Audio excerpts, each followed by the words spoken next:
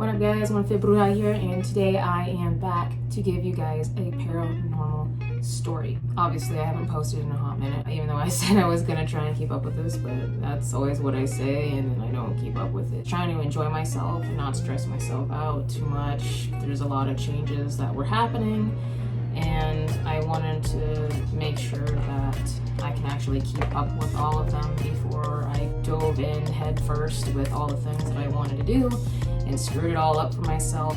So with this paranormal story, I'm going to be telling you guys about the time that I went to go collect my graveyard dirt. As most of you know, when you go to a cemetery to collect graveyard dirt to use in your workings or spells or whatever the hell that you're going to be using it for, you should be respectful about it, obviously. And if you know where you are going, preferably you should know where you're going.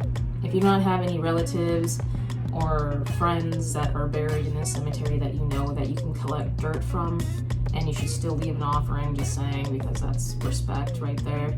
You should appreciate that person's life, and you are taking what I would call a bit of their essence from the site that they were buried in, and you're utilizing that otherworldly energy within your working.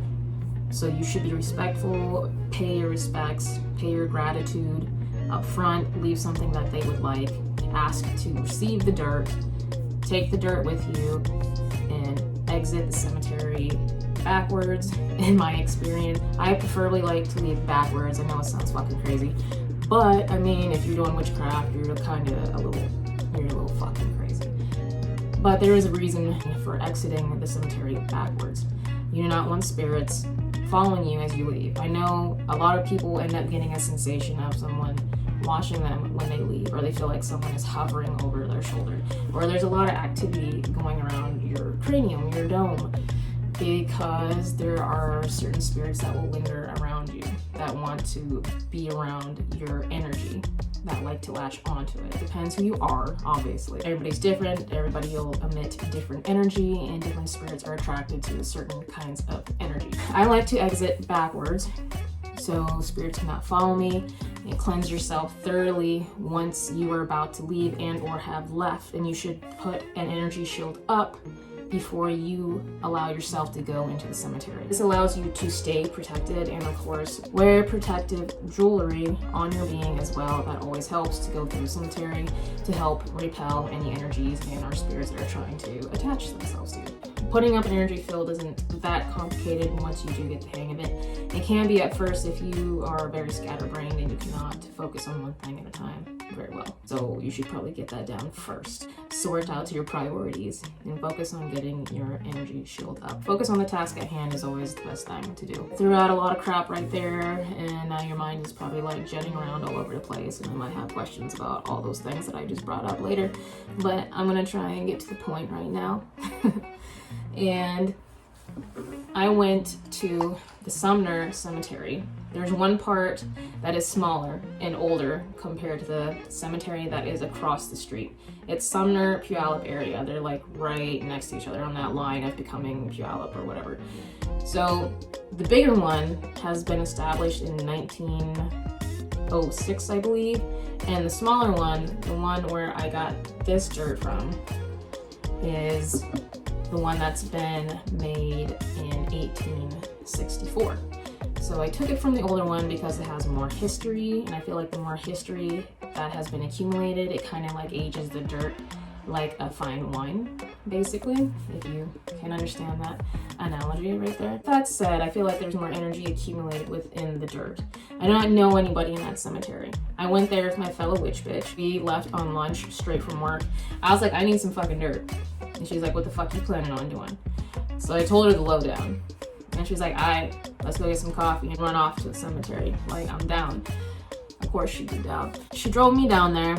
We got out, we looked around. I took from one side where a family was actually buried. I believe it was a mother and a father, and there was a child there. And they were all buried together right next to each other, so 3 separate stones.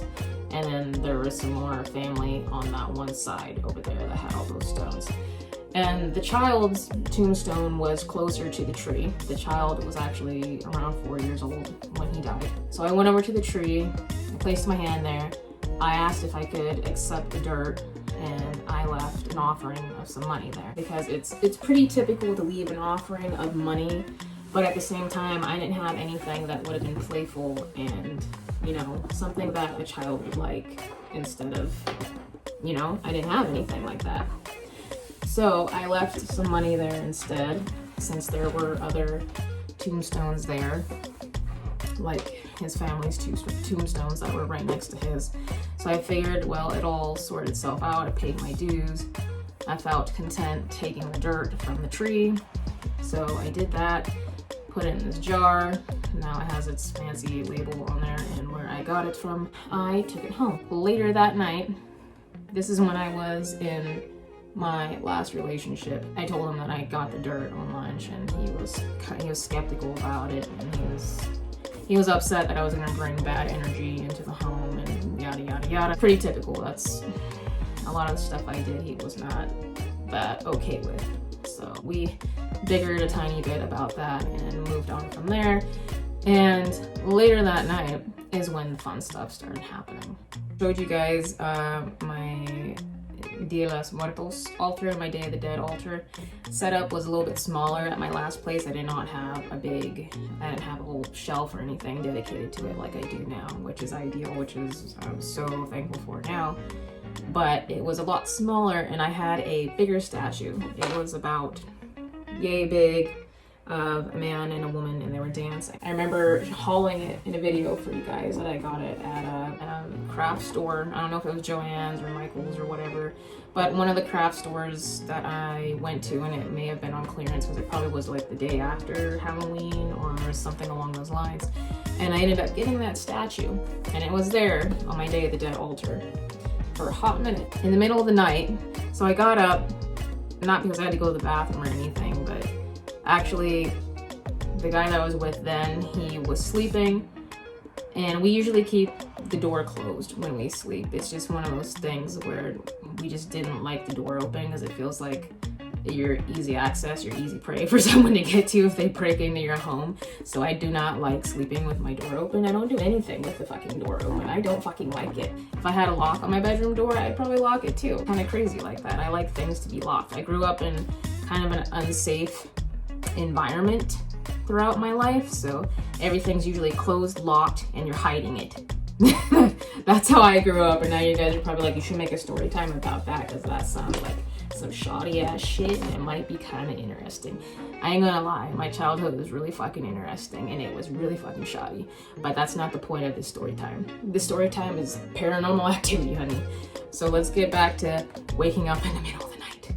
So anyways, the dude I was with got startled because the door was open, and we did not keep the door open. And as I looked, as he startled himself awake because the cat was in the bed, our long-haired cat was in the bed. He moved his arm and he twitched himself awake because he felt something there that shouldn't be there, because we don't usually keep the cats in the bedroom at night because they won't settle down, and we can't sleep like that. So we leave them in the living room, and they have plenty of space out there to act all crazy in the middle of the night if they fucking wanted to. He startled awake, and I was like, what the fuck's going on? Like, are you dreaming or something? And then I saw the cat there, and the door was slowly opening, like all the way. Our cat looked like she was already settled there. So kind of weird for it to still be opening, but I don't know. I got up anyways to go towards the door to probably go close it, but I was still really tired and I wasn't really thinking straight. But I went over there. As I was going to grab the door handle, I heard something break and shatter in the kitchen. And I was like, what the fuck is going on out there?